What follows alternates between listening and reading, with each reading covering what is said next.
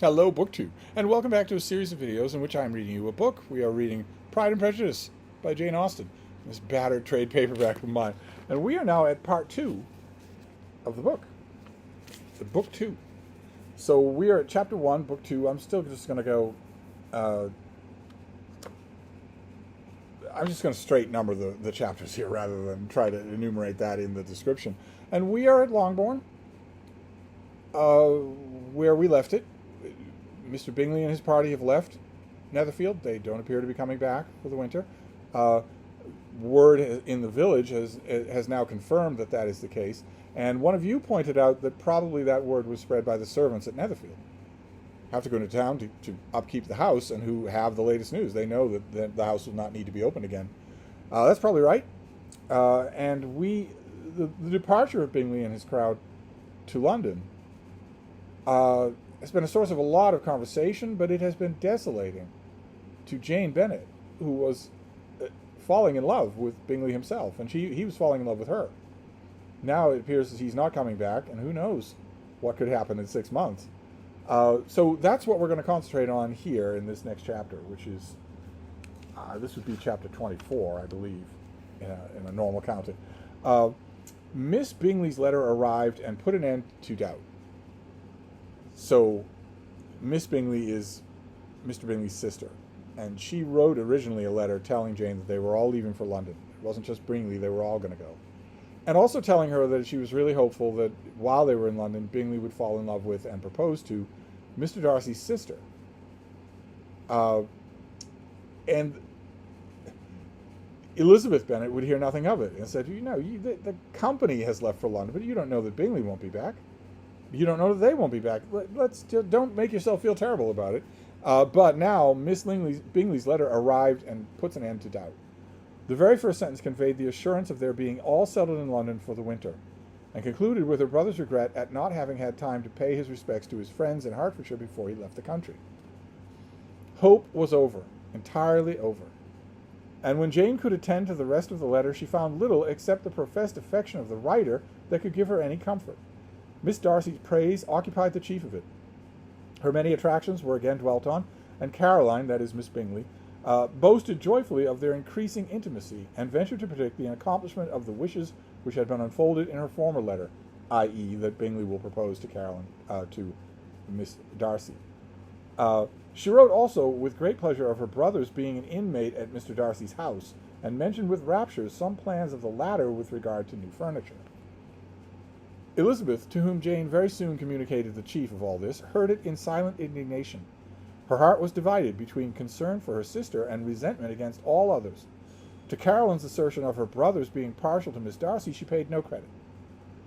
That he had really been fond of Jane, she doubted no more than she ever had done, and much as she had always been disposed to like him, she could not think without anger, hardly without contempt, on that easiness of temper, that want of proper resolution, which now made him the slave of his designing friends, and led him to sacrifice his own happiness to the caprice of their inclinations. So she's willing to think that Bingley is just weak-willed. She won't think of him as evil.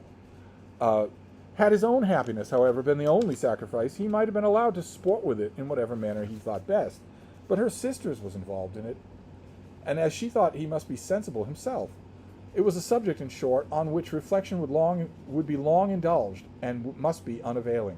She could think of nothing else, and yet whether Bingley's regard had really died away, or were suppressed by his friend's interference, whether he had been aware of Jane's attachment, or whether it had escaped his observation, whichever were the case, though her opinion of him must be materially affected by the difference, her sister's situation remained the same, her peace equally wounded.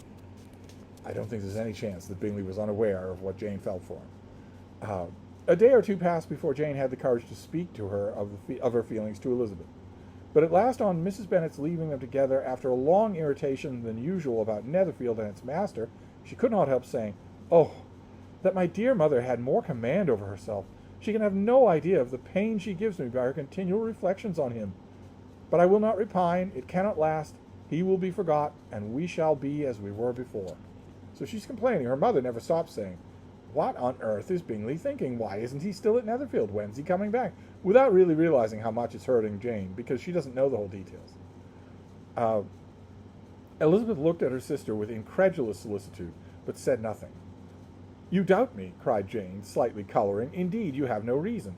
He may live in my memory as the most amiable man of my acquaintance, but that is all. I have nothing either to hope for or to blame, and neither to reproach him with. Thank God I have not that pain. A little time, therefore, I shall certainly try to get the better. With a stronger voice, she soon added, I have this comfort immediately, that it has not been more than an error of fancy on my part, and that it has done no harm to anyone but myself. My dear Jane, exclaimed Elizabeth, you are too good. Your sweetness and disinterestedness are really angelic. I do not know what to say to you. I feel as if I had never done you justice, or loved you as you deserve.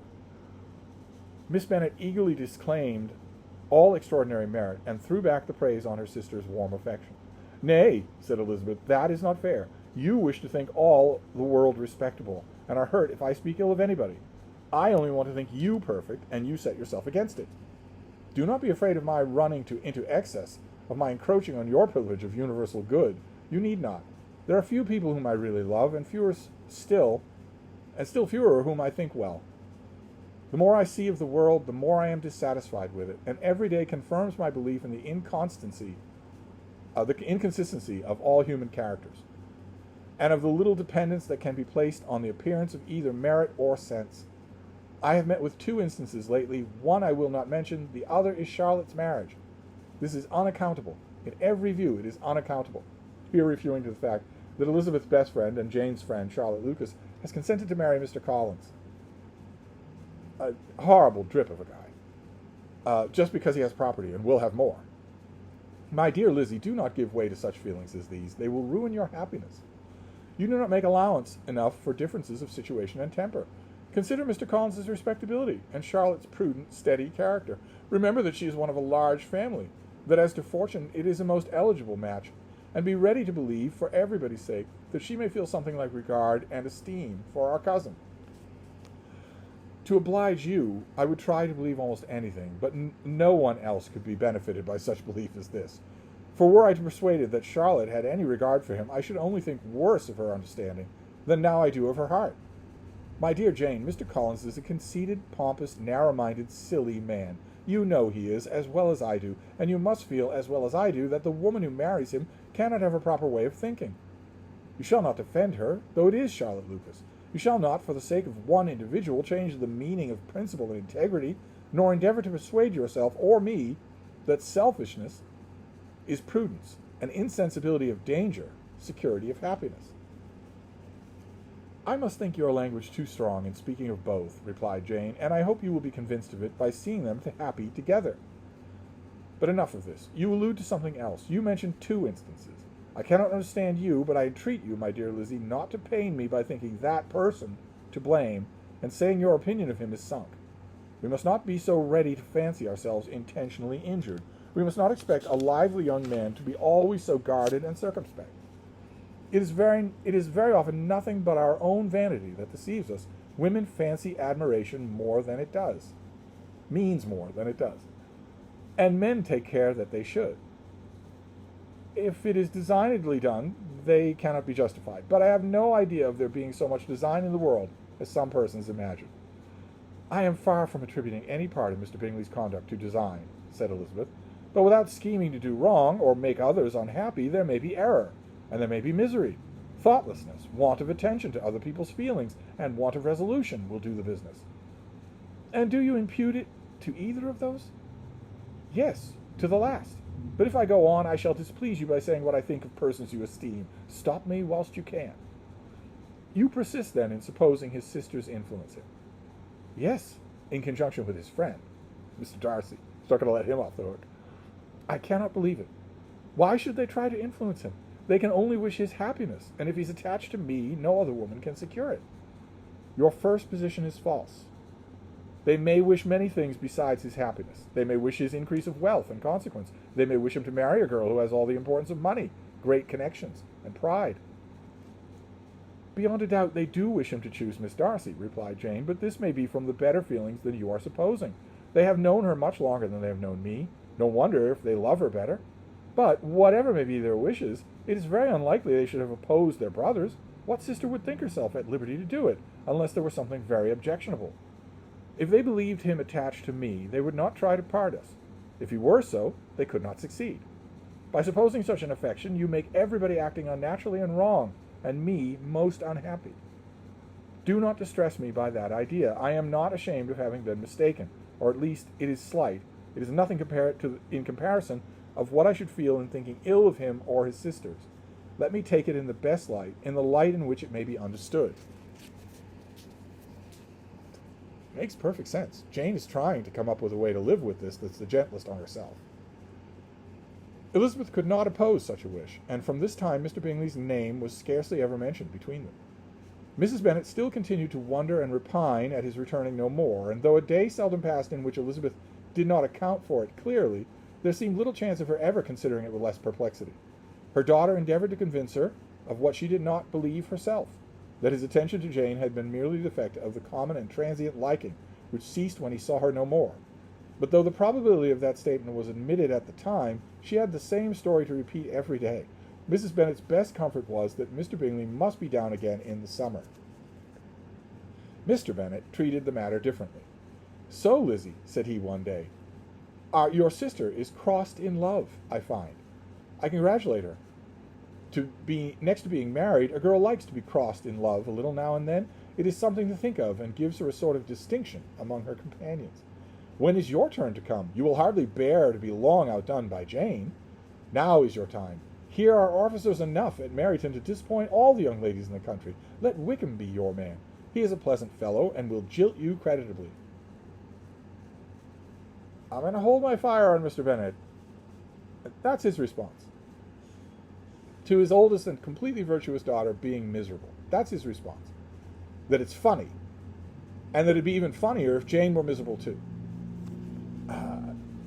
Thank you, sir, but less agreeable man would satisfy me. We must not all expect Jane's good fortune. True, said Mr. Bennet, but if it is a comfortable thing to think, whatever of that kind may befall you, you must have an affectionate mother who will always make the most of it. So not only is he teasing her because he's hoping that she'll have her heart broken as well, but he's also teasing her because he's seen how Mrs. Bennet, his wife, is tormenting Jane in her misery. Great guy, there in his library. Great guy. What's your family for? Well, they're to laugh at. Mr. Wickham's society was of material service in dispelling the gloom which the late perverse occurrences had thrown on the many at Longbourn. They saw him often, and to his other recommendations he now added that of a general unreserve. The whole of what Elizabeth had already heard, his claims on Mr. Darcy and all that he had suffered from him, was now openly acknowledged and publicly canvassed, and everybody was pleased to think how much they had always disliked Mr. Darcy before they had known anything of the matter. Miss Bennet was the only creature who could suppose there might be any extenuating circumstances in the case, unknown to the Society of Hertfordshire, and her mild and steady candour always pleaded for allowance, and urged the possibility of mistakes. But by everybody else, Mr. Darcy was condemned as the worst of men. So you might be wondering, how did we get on him? How did we get on Darcy? Notice he's never far from this book. Even when he's long gone, he's never far from the narrative. Because Elizabeth won't let it alone, and obviously Wickham won't let it alone, and now nobody will let it alone. No matter what they think about Wickham, no matter what they think about Bingley, no matter what they think about Mr. Collins, they're all united in hating Darcy. So that's how this chapter ends. So we'll wrap this up for now, and we'll be back next time. Thank you, BookTube.